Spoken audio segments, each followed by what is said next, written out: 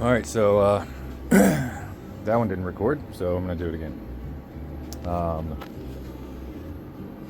this is the Anatol Volt 8.7. This is my second day of it functioning. We got training and technician came out. It's a brand new machine, brand new dryer. The machine can do, I think, up to like 340 prints per hour, which is insane to me.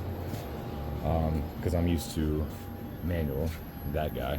Shop is still a mess. I had to rearrange everything to make that thing fit in here. It looks tight, but it's actually perfect.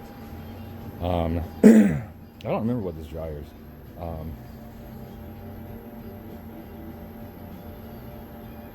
I don't know, it's 36 inches, the belt width, and the belt length is 11 feet. The heating elements are it just, God, man, this thing heats up in like 2 minutes. It goes to 600 degrees, from 0 to 600. I don't know if you can see that. But the heating elements are like something I've never even seen before. They're like, you see that? Like, I'm used to like infrared, like flash dryers, and you probably can't see that. I'm used to that right there.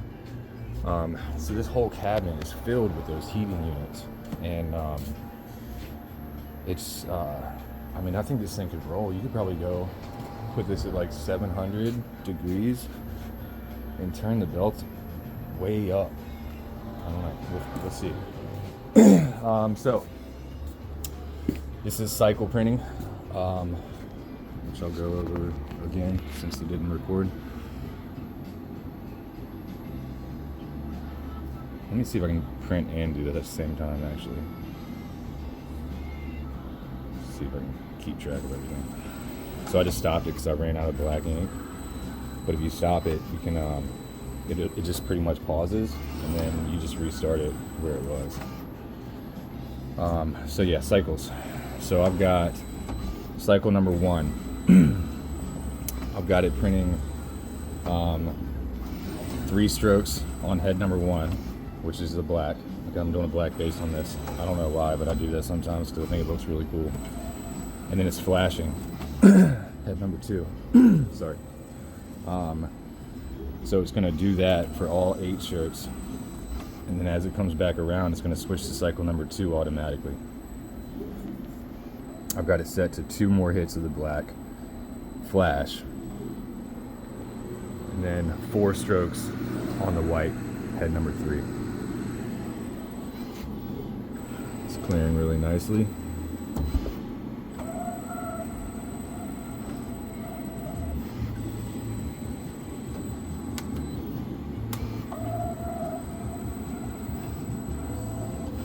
Okay.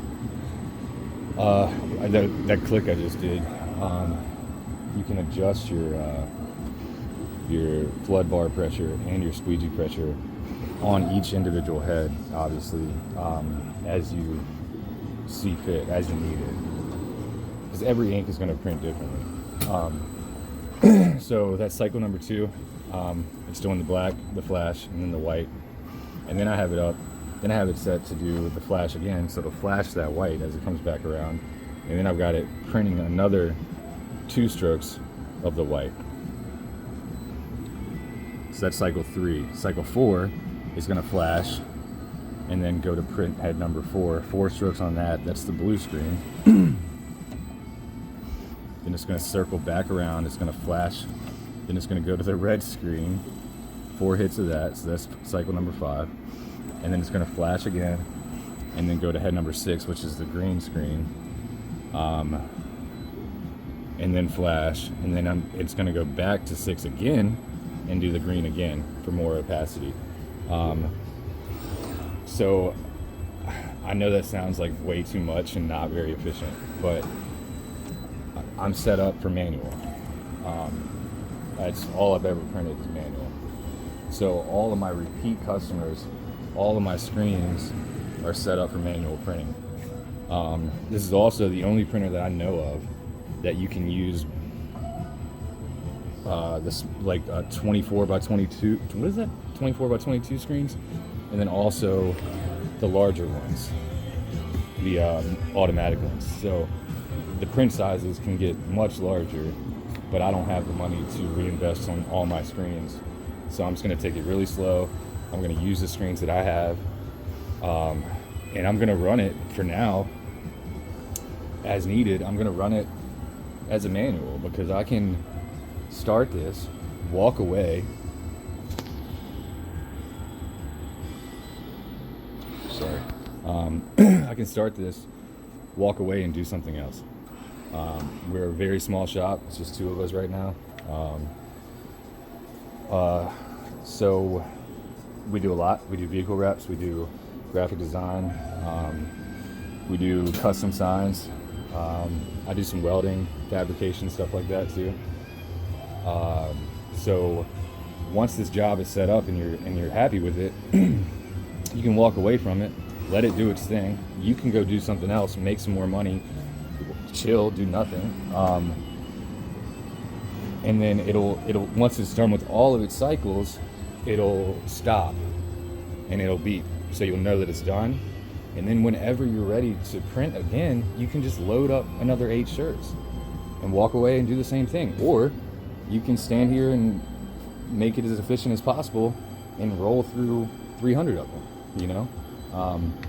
But either way, the wear and tear on your body is like gone for the most part. Stress level is way lower already. I've only had it for 2 days, like I said. I feel fucking great. Still a little nervous, and I don't know what I'm doing, but the people at Anatol are so responsive. Technician was great. Clint, what's up, girl? What's up, dog? And Gail was my sales rep, and they both have just done more than I expected. Like, they really want you. They want you to succeed. You know, they're not in this just to take your money. They're in this to help you grow, and it's like very apparent that that's like part of their business strategy, I guess. They, you know, if you succeed, it makes them look good. So I have a lot of respect for everybody that I've talked to over there. Install went together pretty much flawlessly. The machine is, it's, man, I can't get over it. All of those arms fit in perfectly, the exact same. Everything's numbered. It's actually a Polish machine, and I think Anatol's warehouse, I guess their main warehouse, or the one that I dealt with, is near Chicago. So they get the equipment shipped in from Poland, and then they get it in their shop. Then they put it all, they uncrate it, they put it all together, they run it, make sure everything's functional, then they recrate it, and they come to you and they reinstall it. So, I mean, they care. Granted, it's a very expensive machine, so they should, but it just seems like something that's gonna last me a lifetime. The maintenance on it seems to be absolutely minimal. It's every 15,000 cycles you have to put some grease in a grease fitting. Every once in a while you need to grease those rails right there, but Clint said, my technician said, it's not often, and the only time, like, you'll hear something different, and that's when you need to lubricate that one rail. So now we're on to the blue. So I'm just pretty much walking around, getting dizzy, staring at this thing. You just make sure there's ink on the screens. Check your tensions. Make sure everything's clearing nicely. You can change your squeegee angles, which actually, what is that about? Oh crap. Might be a problem. Huh.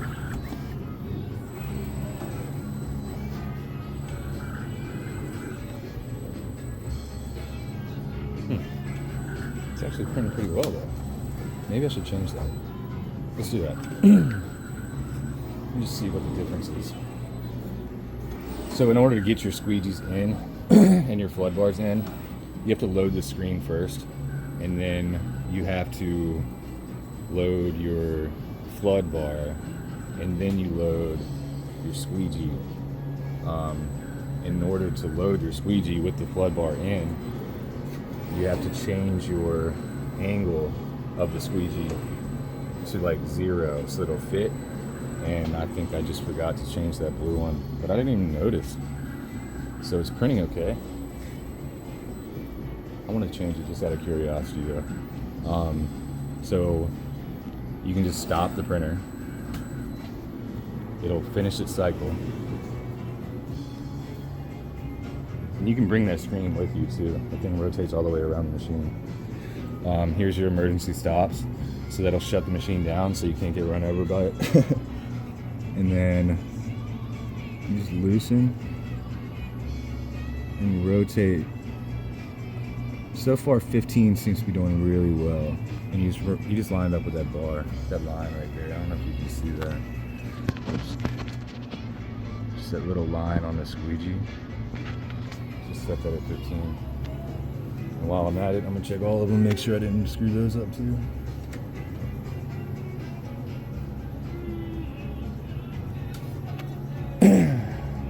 It's a lot to get used to, especially when it's a new process.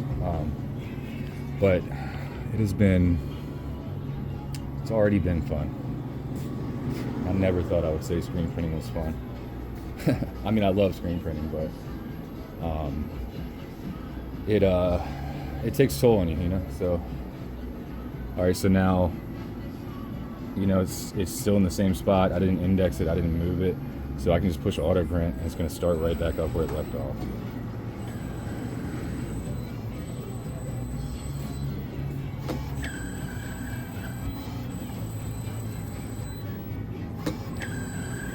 So now it looks like,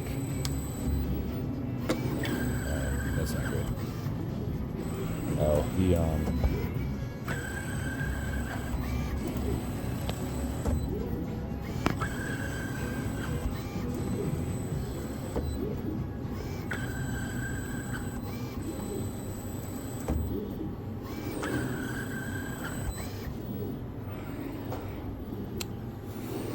all right. So yeah, this is cool too. These are your start and stop points for your squeegee and flood bar. So you can adjust those on the fly too, just by moving that, and it'll hit that sensor and it'll tell it where to stop. So that'll save you a little bit of time, and it gets you a better print if you control where you're putting the pressure, just like with manual. All right, so there we go. We got some glue. That was a problem that just, I think y'all might have seen that. It's because I adjusted that angle, the pressure was different. So when you saw me turn those knobs, that was an attempt to fix that. So you just have to stay on guard, you know.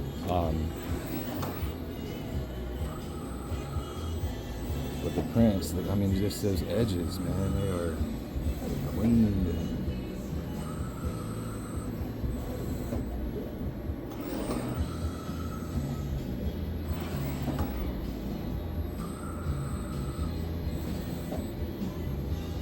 And it's doing the work for you. You know, you still got your back end, but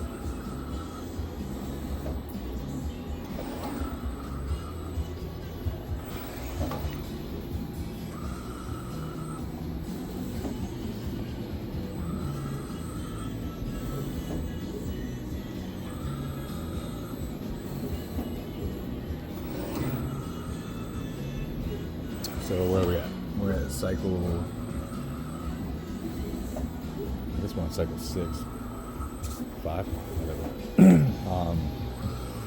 So now it's doing the second hit of red, and then it's going to go over to the green. I don't know if it's printing now or not, but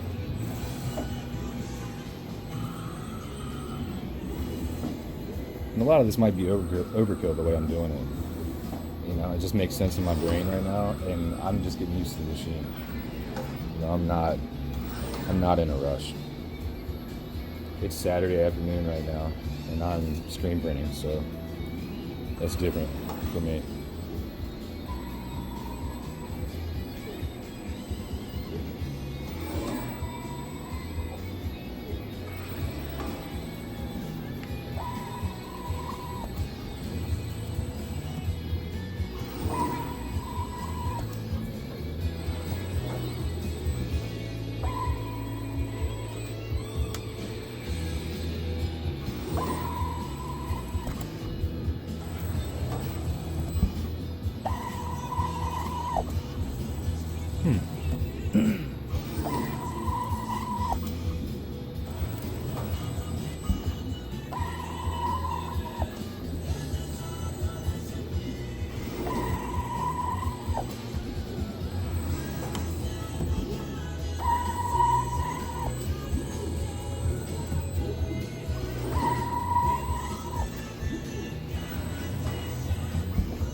I'm having a hard time with this green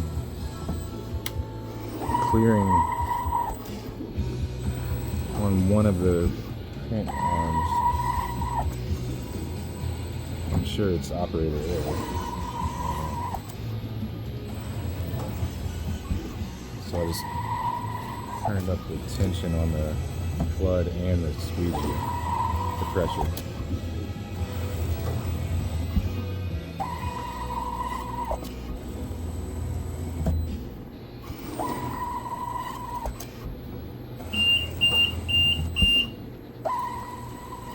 So that beep right there, that's saying that job is done.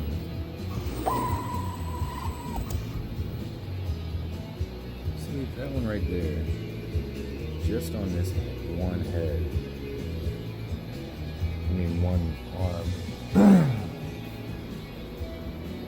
isn't clearing.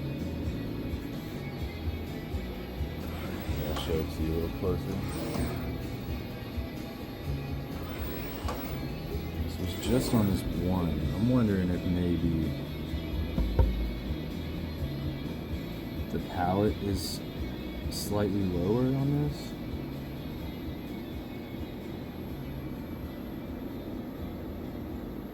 Huh. I don't know what that could be. Anyway, not bad, right? I still don't really have a full handle on the micro adjustments, which seem to be very awesome. It's just something that's going to come with time. So I really do like the way they lay it out, though. You just loosen up your left side of your screen. Keep the right hand side down, because that's where your controls actually are. There's none on the left side. So small adjustments you make right here. It's pretty awesome.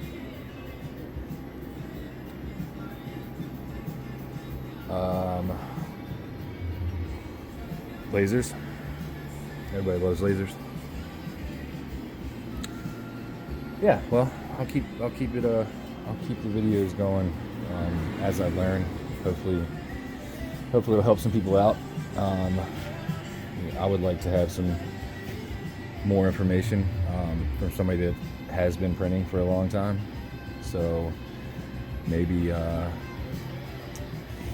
can help. Though I still don't know what I'm doing.